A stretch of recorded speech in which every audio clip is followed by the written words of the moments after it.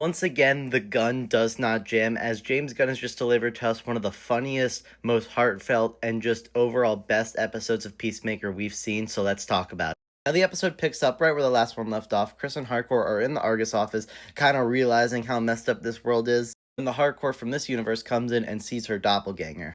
The part where Chris didn't notice the mural that was there the whole time kind of had me cackling. But then it's immediately followed up by a super great fight scene with Chris and Hardcore just tag teaming. I really enjoyed it. Except we cut to ads after she was being chased by that mob at the end of the last episode, and she's actually saved by Judo Master. That was the most people I ever killed in a pool with telephone wires. Again, another just super funny scene, but also super heartfelt. I really enjoyed their heart to heart. Then we see just another really sweet moment of Chris and Hardcore on the motorcycle. Not sure if they're actually going to end up together. I could see James Gunn pulling a Star-Lord and Gamora in Guardians 3 on us again. But for the time being, this was a very sweet moment while they're thinking they're about to die here. Then we get to the bulk of this episode, and that is Blue Dragon discovering how all these people came in from the other universe. We get that reveal that he's actually a good person. And I like how this was slowly given to us, because at first he was just being super reasonable with these people who broke into his house from another dimension.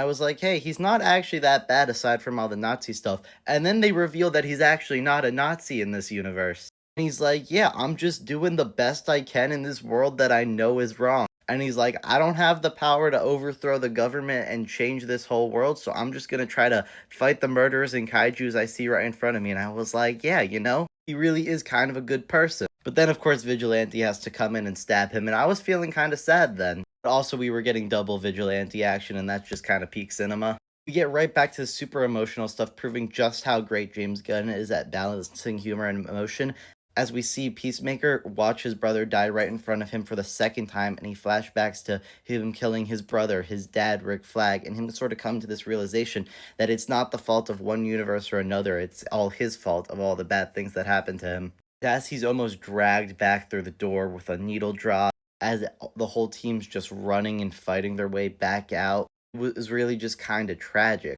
And then him giving up the QUC and handing himself over to Argus. I am absolutely fascinated to see where the final episode goes with his character arc, what Argus is going to do with the portals, and with the reveal that Keith is still alive. And I imagine after losing his brother and his dad, he's got nothing left to lose, and he's just going to be coming for our Peacemaker. Otherwise, I don't see why they would show us this thing of him being still alive if they weren't going to bring him back. But now I think he's going to use the door in his house to come to our universe. And maybe he'll come with Overman played by David Corn Sweat. A man can dream, right?